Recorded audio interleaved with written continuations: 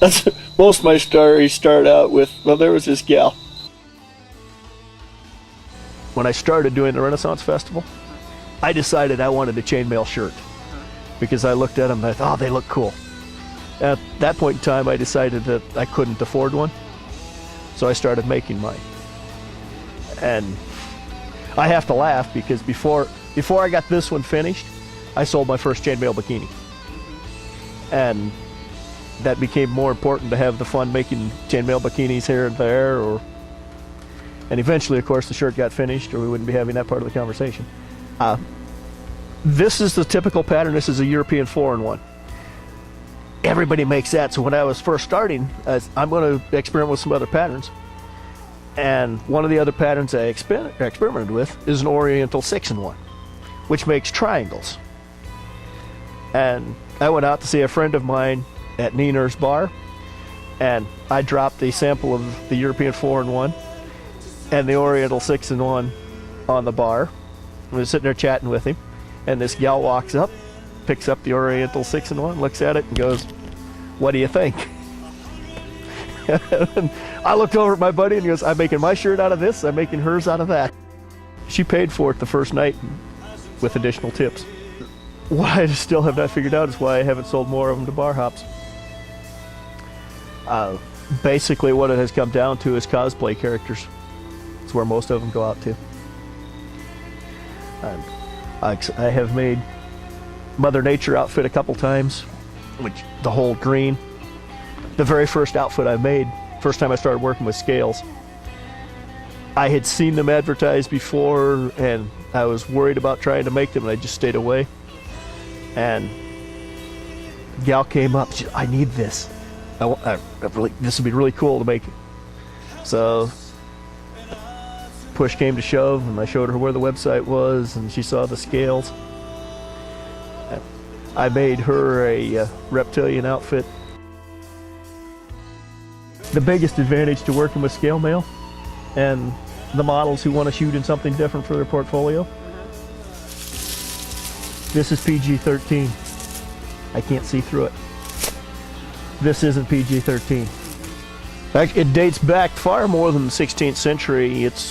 The Romans had versions of chainmail also, but what I have come to play with now was never historically correct. The scales, actually, they were made popular and brought into the world by D&D, Dungeons and Dragons game. Now there are a handful of people that make scale mail armor.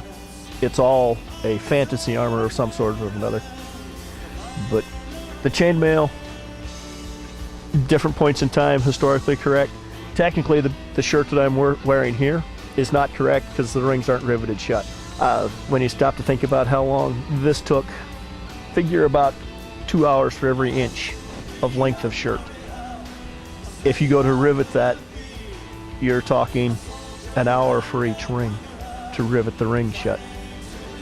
That's a labor of love there. Something like that. When you go back to that 16th century, 16th, 14th century in there somewhere, there would have been a crew of people working on riveting it together.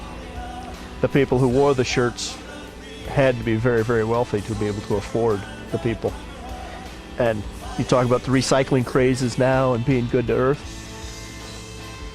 Armor off of a battlefield, it would always be cleaned up. You would see people with patches from having rebuilt their other armor. Yeah. What it does, it protects you differently than what most people will expect. You take the sword, which would be a slicing blow, you take the slice out of it. So instead of cutting me, it strikes me. And if you hit me with a baseball bat, the chainmail doesn't protect me. The sword is lighter than the bat. So when it comes in, what would have been a slicing blow, which would have gutted me, sure, it's still going to hurt, but I'm going to pick it up and I'm going to keep coming. So it's certainly not a foolproof armor. The chainmail will give in every direction. The scale mail won't give the other direction. So it would actually be better armor, but since making those scales medieval time would have been prohibitive. Most women didn't fight. if you extrapolate that thought, if they're not fighting, the armor is very, very expensive. On the other hand, if you take the Amazonian, which not South American Amazon, but they wore armor. Different varieties, and I believe the Mongol women also wore, they fought. They wore protection. In the age of chivalry, women didn't fight. So there's no need to have 10 people working on something for a year for her to wear it. The part of it that is fun is when I make somebody else's day because it makes my day. That's why I made the diamondback rattlesnake. That's why I made the mermaid, and I'll tear it apart and remake it. But I'm going to say that it's not necessarily my fantasy that keeps me interested in it. It's the people who want to do something in it. And the models who want to shoot in it, it's not necessarily a fantasy. I'm Lyle Miller, known by a few other odd names. When people recognize me anymore, it's, oh, you're that armor guy.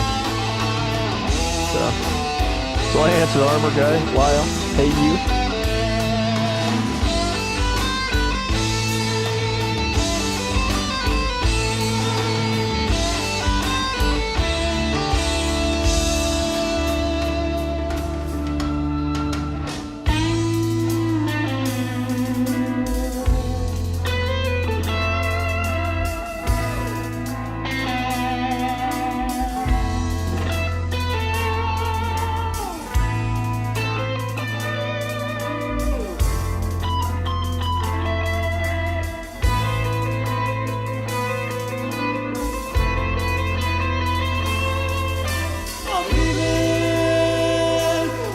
For something new,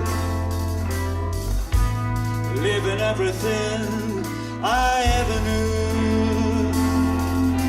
100 years in the sunshine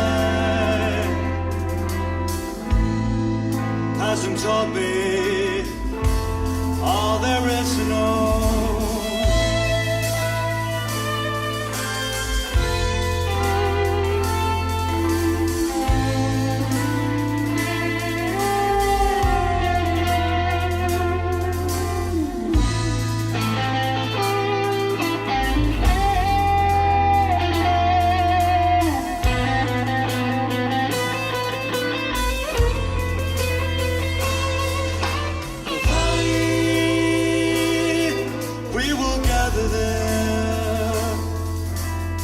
I'm Lyle Miller, and I have the funnest hobby in the free world.